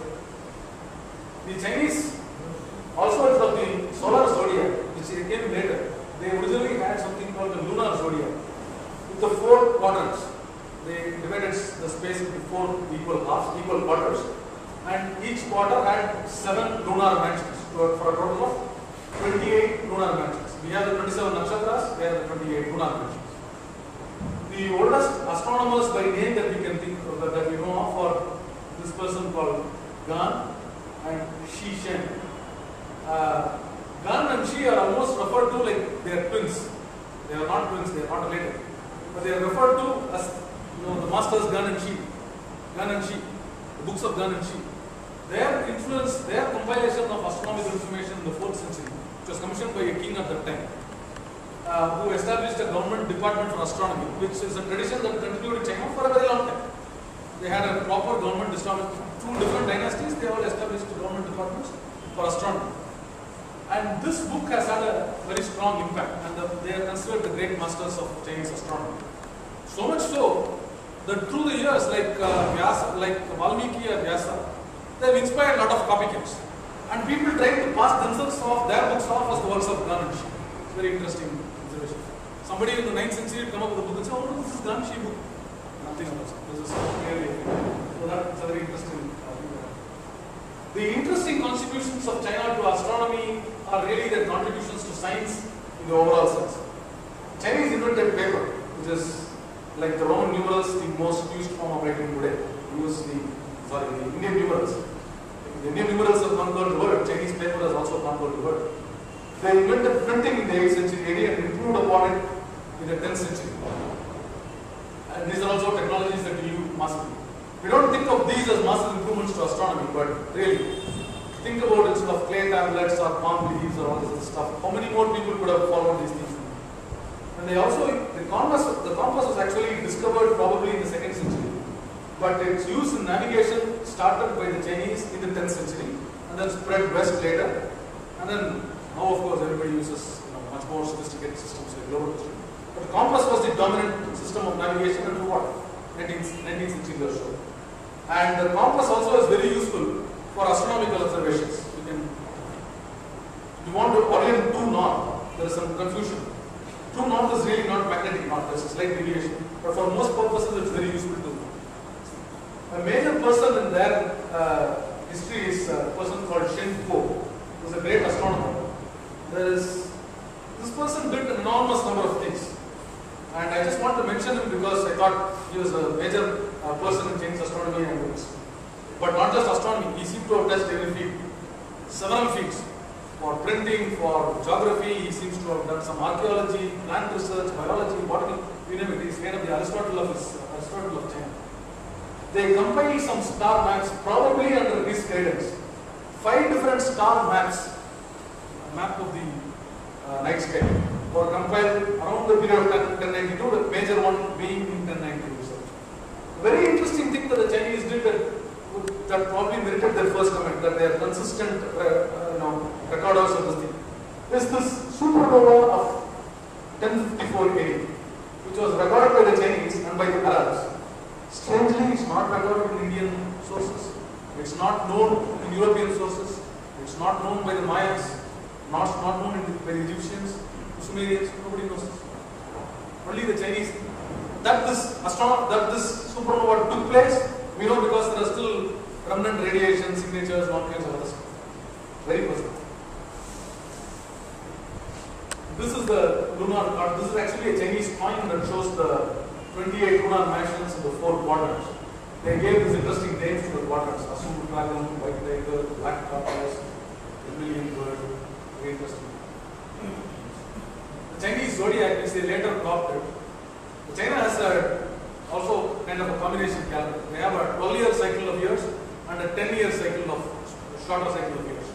So every 5 years, this 12-year cycle, every 60 years, the 12-year cycle and the 10-year cycle go back to original position.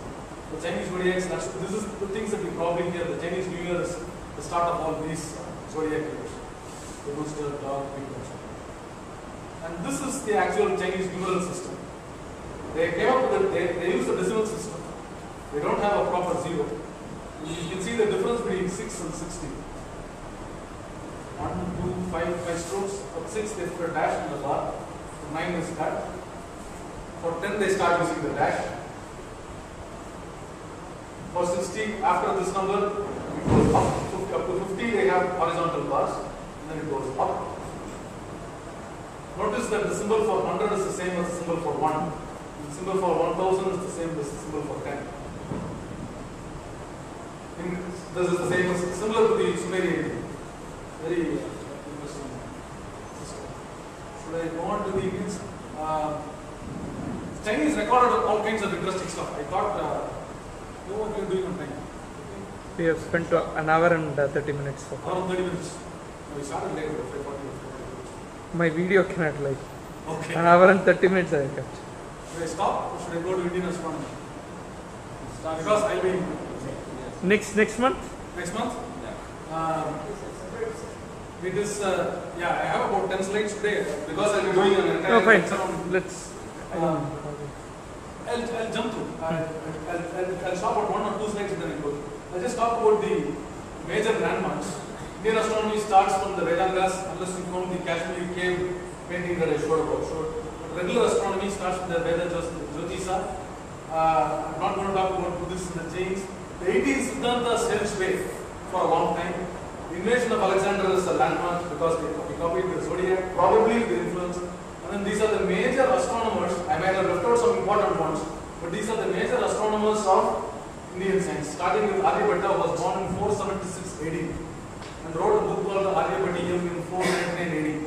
And this guy dominates Indian astronomy like nothing else. Like Aristotle or Ptolemy dominates Greece, Aryabhatta dominates. These are the salient features that are relevant to Indian astronomy. First is the decimal system, the true positional zero, the numeral system that we use today. Even in India, we used a several repetition kind of system like the Romans and the Chinese for a little while. Then we jumped at some point. The nakshatras, the theories, there is something called the agrahana system, which is a counting of days from the Kali Yuga. Kali Yuga in Aryabhatta's calculations started on the night of February 1718, 3102 BC. That is his date for when Kali Yuga starts. And he comes up with the weight. There are some people who kept continuous counting of the days. They ignore the years, ignore the month, ignore the week, everything. Just keep one day after the sun. So imagine how big that pile will be. And there are some Chola inscriptions, 4 Chola inscriptions with this agrahana count, just the counting system. Almost over. India has a zero meridian. I'll talk about that in the next lecture. Most cultures have daytime starting at sunrise. Aryabhatta proposed the day starting at midnight. I'll talk about most of this. Okay, this is to me slightly interesting. So some cultures use lunar calendars, others use solar calendars, others use zodiacs, some use multiple calendars. Some have reformed their calendars over time. The English calendar that we use is reformed latest by Pope Gregory in the 15th century, before that by Julius Caesar in his time, and it's borrowed from the previous lunar calendar of the Greeks and so on. Some have kept what you could call a flawed calendar. Islam uses a true lunar calendar, they don't care. They just go with the seconds of the moon. You can call it a flawed calendar if you look at it from the perspective of the solar perspective, but just a normal calendar if you look at it from the Islam's religious point. So what did Indians do? All of them do. They are a really inclusive culture. We use equity. And more. We didn't stop at that. I'll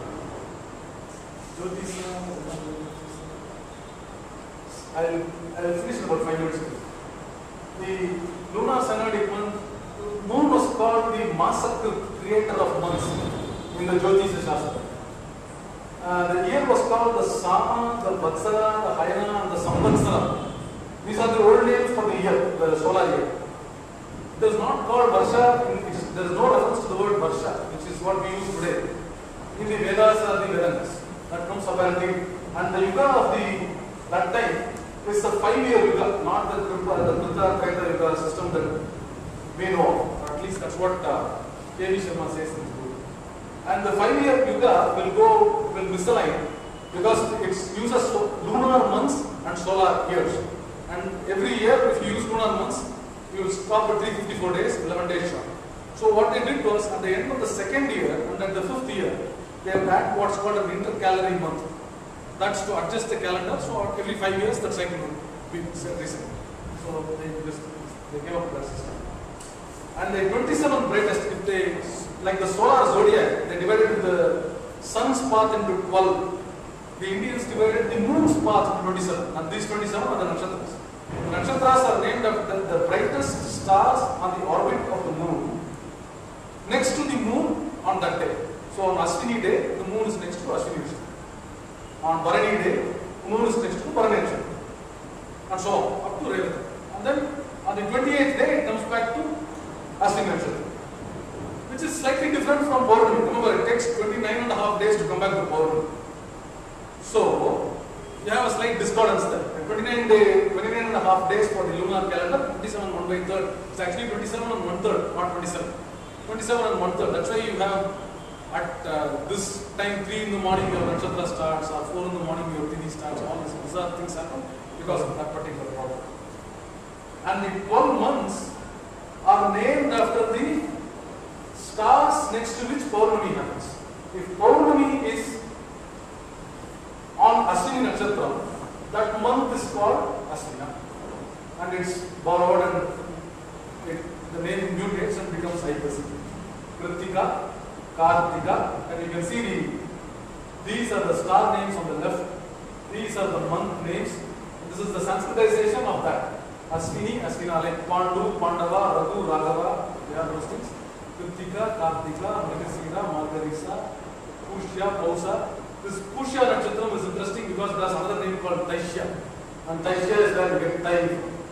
So the month is called Tai and the Masa of the Nakshatram is called Pusha. And so on. So, and that's how and some of these stars actually have names in different systems, some of the others don't. And we have, now that all the stars have been named, we have the equivalents. These are the 18 early Siddhantas. Notice that a lot of them, Pitamaha, Vaisya, Vasistha, Atri, Parasara, Kashyapa, are named after sages. But some of them, Romaka, Yavana, Paulisa, really not Indian names. Romaka is Roman, Yavana is Greek, Ionian, Paulisa is of Paul. Paul the what? Mediterranean, the Iranian, the Greek, Roman? We don't know. So, of all these things, only 5 Siddhantas are survived. Surya, Pitamaha, Vasistha, Romaka and Paulisa. And these are not survived in full text, they are all referred to in Varaha Mihira's great compilation called Pancha Siddhantika. He threw away the other 13, just used these things because they still had very relevant information. By the time of these Siddhantas, the nakshatra system has been abandoned for astronomy. It continues in astrology. and rituals. The zodiac of the Sumerians and the Babylonians has been adopted in these Siddhantas. Aryabhatta is probably the greatest phenomenon to get Indian astronomy and science, and probably even mathematics, though Bhaskara is probably a greater mathematician. He is the first astronomer not to be considered as divinely inspired. Mortal, not less necessarily the gods. Probably because of his heretical kind of beliefs. He lived in Kusmapura, which is, we think is Pataliputra, a village nearby. He talked about being the Kulapa or Nalanda, which is either the head of the observatory or the head of the monastery or the chief of the priesthood. I don't know what that is. You are welcome to choose which picture you want of Aryabhatta, because I don't think either of them is correct. And it is Aryabhatta, not Aryabhatta. And there is a whole huge argument raging for a long time. But by the Sanskrit meter and all that stuff, the only word used is Bhatta. And Aryabhatiya, not Aryabhatiya. And there is all kinds of. I'll probably stop with this slide. Aryabhatta's novelties were one, that he proposed that the earth rotates. This was the hugest controversy. Earth rotates. It's completely against those Smrtis. They say nothing. Very. They accepted most of the other of his theories, all the succeeding. Only one school continued in this path of astronomical text. He redefined the yugas. By this time, the yugas of the, I'll talk about this in the Indian Astronomy. He redefined the duration of the Krita, Treta, Dwapara yugas. He defined them in equal parts. The Purana context of the yugas are different. They are all very different qualities. He reset midnight as at Lanka. This is not Sri Lanka. This is a mythical Lanka. Again, I'll talk about this in astronomy also. He came up with his own number system, notational number system. He used a decimal system. He came up with a different way of notating those numbers. He probably invented this Agrahana system, inspired a school that continued in Kerala till the 18th century and made contributions to algebra and trigonometry. I don't understand enough algebra and trigonometry to understand what he has done. So that's how some of these things are. And refuting us, Aryabhatta was a profession for 600 years. Aryabhatta was wrong. Why? On the rotation of the earth. But everything else he said, we accept, because it's all, rest of it is brilliant. So he was repeatedly refuted by Varadamihira, Brahmagupta, Lalla, Sripati, Bhaskara, all giants in the field of astronomy, mathematics and so on. And Brahmagupta's reputation in the 7th century was itself criticized by Al-Biruni as being cowardly and incompetent. He said Brahmagupta is afraid of the priests, he died 300 years before. But he's saying he's afraid of the priests, he's refusing to understand this stuff. Al-Biruni criticized. Al-Biruni himself did very little to publicize this. He only communicated among the scholars because some of these views are heretical in Islam also. You can't say the word. Then another important person is Parameshwara.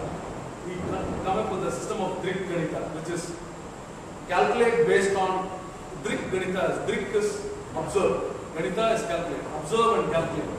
And this is his famous statement. When one's calculations disagree with planetary positions, one must adjust the calculations. Since the planet won't adjust their paths or speeds. Don't expect the celestial bodies to adjust your calculations.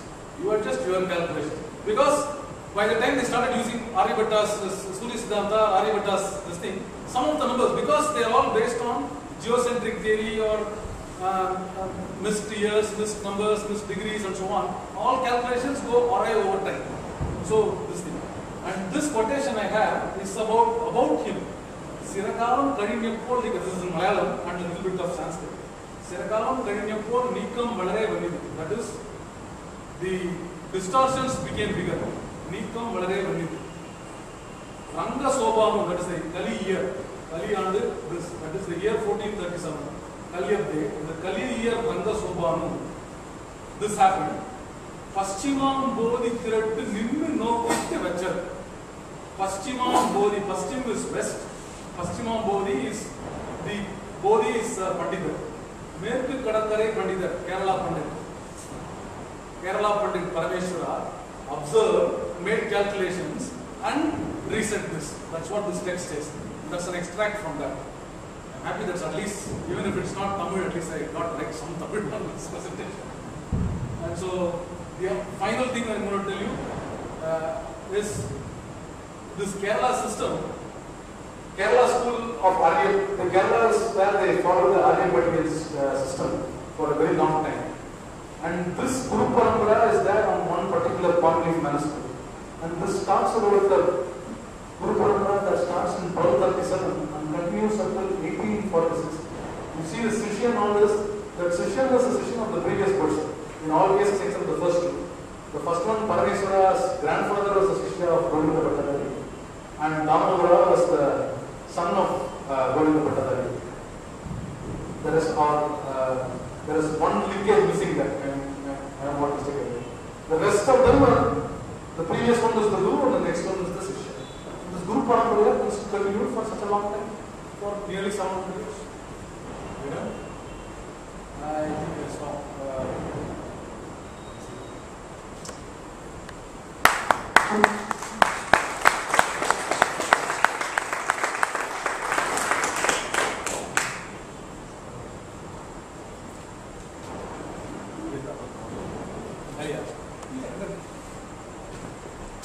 Questions?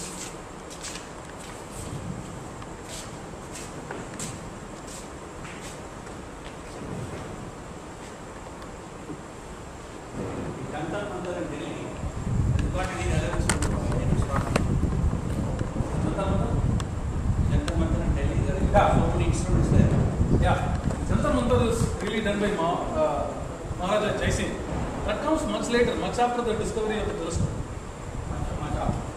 Is it 17th century or something like that? 16th century. It comes much later. The telescope had been invented, Europeans have come to India, there is much more globalization by that time. He devised it, not just Jantamata, he did it in several places. He created this astronomical, but I don't know how well he didn't advance science that much. They were, I think, they have provoked interest. It's like the public sculpture of the armillary spheres that you saw. Some astronomers found it useful, but it didn't cause any revolutions or massive improvements. It's probably just a way to calculate it. Two questions. One is, what happens in supernova? Second one is, when did we have the telescope? First. The telescope comes at the time of Galileo. Copernicus did this work before Galileo. He came up with the heliocentric theory before Galileo. And the telescope was actually invented by Dutch sailors. Huh?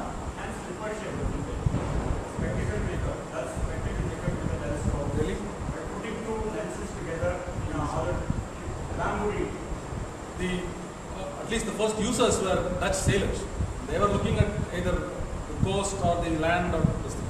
And Galileo was really the first person with scientific talent to look at the heavens with the telescope. But also you can't look at the telescope.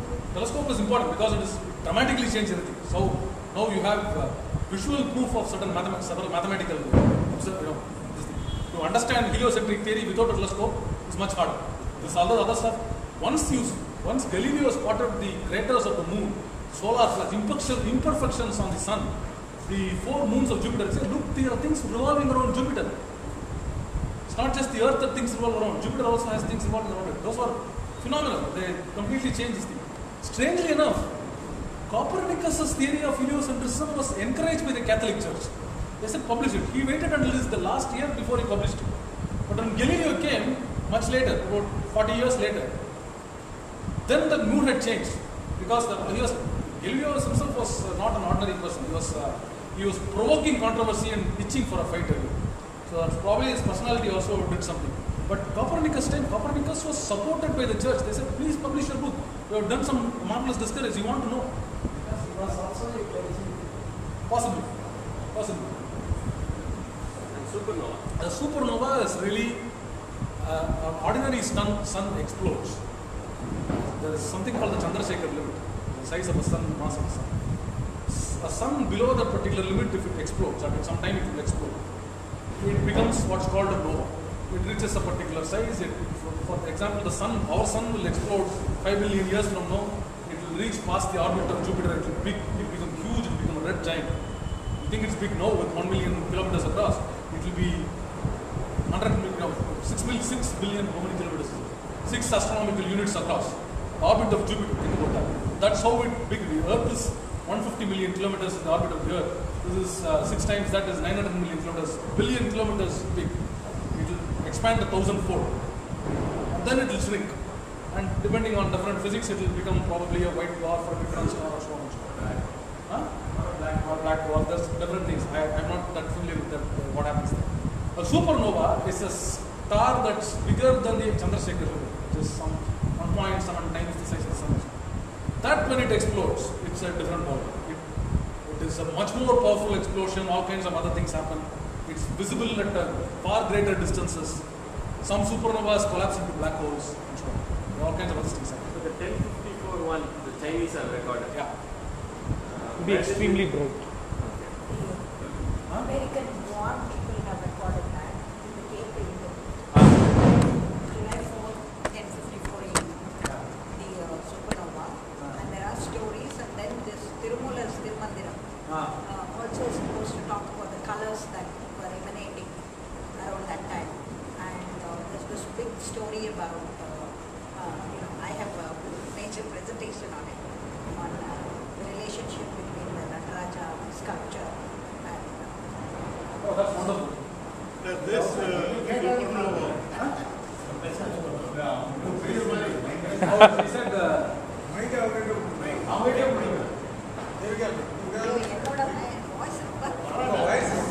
basically that there is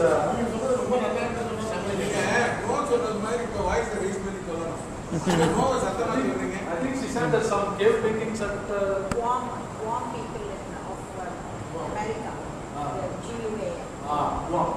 They had recorded a supernova. They had recorded a supernova. In, That same, the 1054. 1050. 4th July 1054. And they had drawn all the positions of the various constellations. And that it happened around the Orion constellation. And of course, I have stories. I have many little stories. What was that about Tirumala? திருமூலரோட திருமந்திரத்துல colours சொல்றாரு when there was dancing in the sky, when there was something happened in the sky.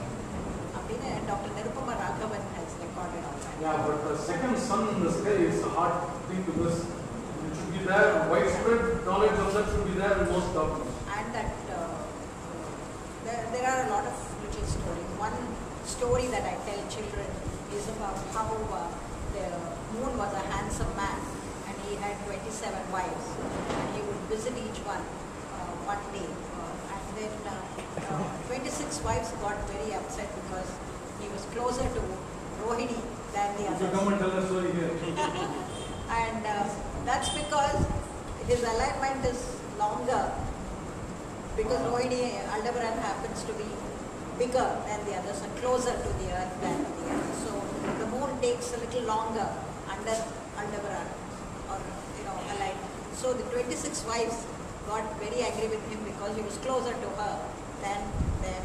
So they decided to make him invisible. And then they repented their action and amended the curse by saying, okay, every day you become brighter and brighter. Star-based table rather than Rahu Ketu. Absolutely, yeah. I mean, it also shows the 27 and quarter, that he spent longer time with Rohini. Does the occurrence of supernova subject itself to an arithmetical limit? Otherwise, it's not. If it is not, you said it was predicted that it would happen on a Supernova is not predictable. It can only be observed. Sorry? Supernovas are not predicted. Only solar eclipses are predicted. Supernova was recorded. Supernova is so bright, it is visible as a second sun in the day. But no other culture except the Chinese and the Arabs have recorded it, which is very puzzling. As I told you, there are cave paintings. Yeah, but it should be a widespread. In this thing, there should be there was a second sun, there will be a whole literature about it rather than in some secretive location. There is another doubt I have, not is this. In the morning, the sun is much bigger, which would be far away from the earth. But whereas in the midday, it is smaller. An astronomer whose classes I attended, Mr. Devadas, conducted the classes at Devadas at the planetarium here, said that's because of our bifold and our misalignment of our eyes. Our eyes are slightly set apart. He's asking, the sun looks very big in the morning, so does the moon. When the distance is more, is it not? No difference. It's not. The distance is irrelevant. It's almost imperceptible. On one particular day, the Earth is roughly the same distance from us. Summer to winter, spring and orbital distance varies, but this daytime to noon doesn't vary. No, it's nothing to do with the distance. It says it's our perspective.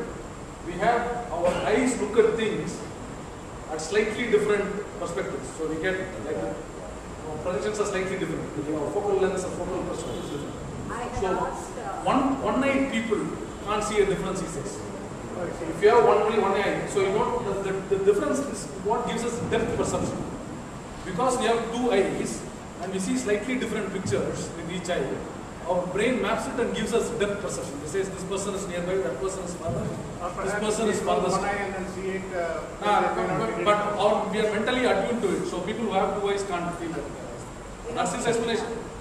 Towards closer to the poles, you find the size of the astronomical bodies are much bigger.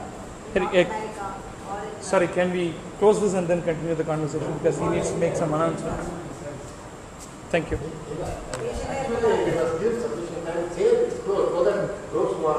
Right.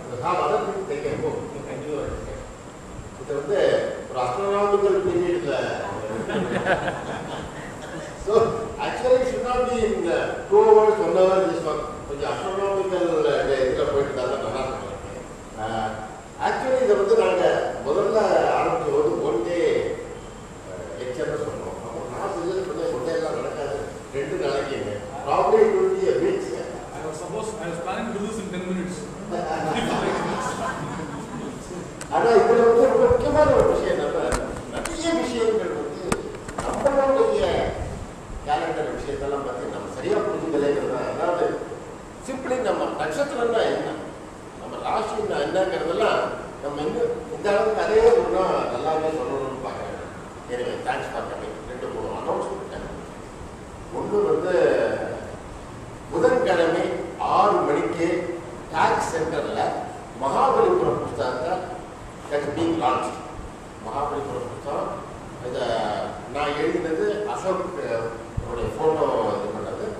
அந்த புத்தகம் mark கம்பெனியினுடைய launch at 6 o'clock at tag on Wednesday 10th.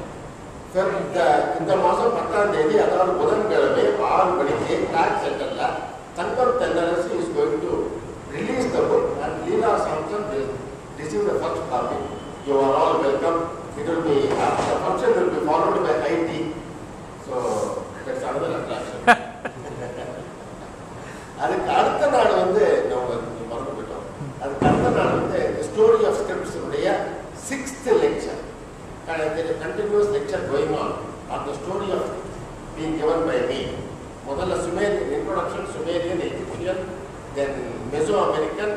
போன மாசம் பிராமியன் Kharosthi of India.